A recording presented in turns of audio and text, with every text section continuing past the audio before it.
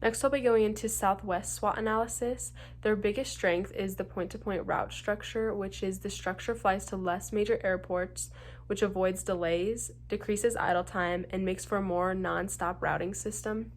This is super special because it saves them a lot of money. They have really high employee satisfaction. I go into some articles about some employees that are really happy about their job, and they have different opportunities for minorities.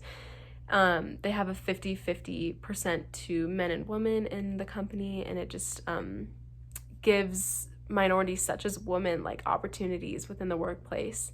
And they invented the low-cost model.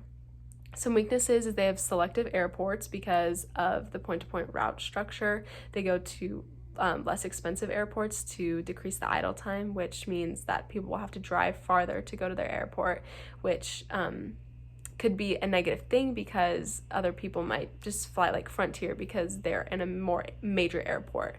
They have a lack of amenities. Some amenities such as in-flight entertainment, like Ryanair has in-flight entertainment and Southwest it doesn't, so that other people might fly a different airline because they have different amenities that they want.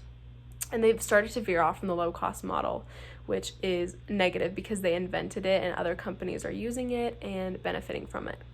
Some opportunities is to expand in the commercial market. They don't fly overseas currently that often, so if they were to fly overseas more and like really make a market out of it, they could have more marketing, they could work with other companies, they can make more money because flying overseas is way more expensive, and even though that is more of an expense for them, they could charge more for it.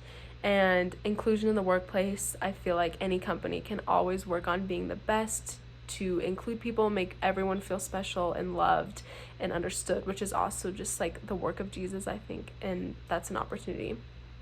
A threat is other airline amenities, as I mentioned earlier, like in-flight entertainment, and there's some other ones like that Southwest doesn't have and other airlines might have that someone might choose, which is a threat.